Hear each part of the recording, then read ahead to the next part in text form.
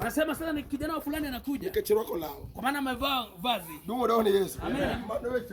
Hayo ni mambo yale anafunza. Tuko na vazi utavaliwa. Hatu usiriki na wewe.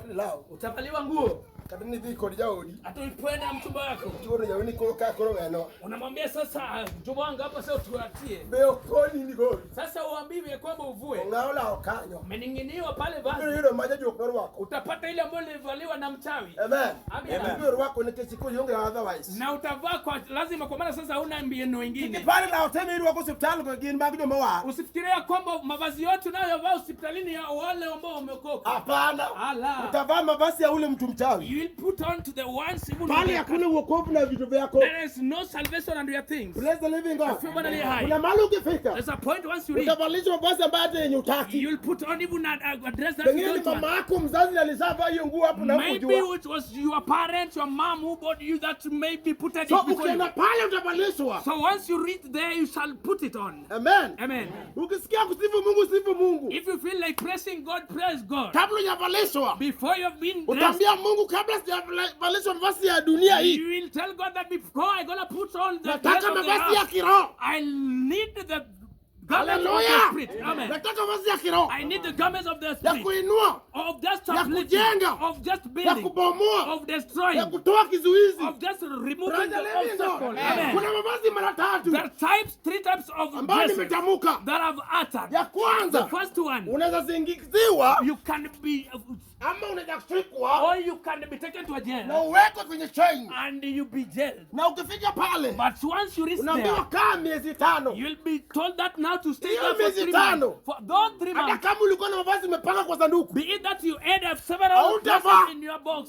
Praise the living God. Amen. Obarangana kurok leo. Wapendwa, huyu atavaa mavazi yake. Kana kama entieno. Mahali alipo pale. Odigi manodigi kono. Ataenda tuna zile alizoenda ndani. Yeye ngoma sasa ndio ngatuweke lao. Ni nani amewahi ona pale kuona mtu ambaye amefungwa na nguo? Haleluya. Amen. Yeye ngoma sasa ndio ngamtuweke lao. Nani amewahi enda kumtazama yule ambaye amefungwa na nguo? Ndio wala kama terone. Ya kwamba amebeba nguo. Je, kunayo? Je, iko? It's there. Haleluya. Amen. Anayesikwa. The one who is being kwa mkono kwa wewe umemshika. Is under the people. Atavaa nguo yake moja. He or she will put on that one. All the days. Siku zote. Atavaa ile yake. He or she will put on that one of the siku ambayo anatoka. The time that he will come out. Ile yake alizikwa nalo. He shall be given the one that he came. Amen. Kauona leo hii. Watu wakenda la mawa. Nataka kuvaa vazi la uokovu. Makadaka chungo. Ambapo mama akisimama naye. Nasema kwamba moyo wa binadamu ndio unajua anachopitia. Moyo wa binadamu huyu. Wacha niseme gumzo kidogo. Wapendwa, moyo wa binadamu. Moyo wa binadamu. Kisema ya kwamba nataka kuchukua mume wako. Moyo wa binadamu. Ukisema nataka kuchukua mume wako. Au atanena na anajua time ambapo mume wake utoka kazi. Kibanda pale ambapo wewe uchukua mume fulani. Hapo ndipo atatangulia. Sasa atashinda kusema nami pia ninunulie. Asiwe Bwana. Sikiza. Moyo wa binadamu. Ukitaka kuchukua kitu. Ukitaka kuchukua mchumba. Wapendwa na mitindo.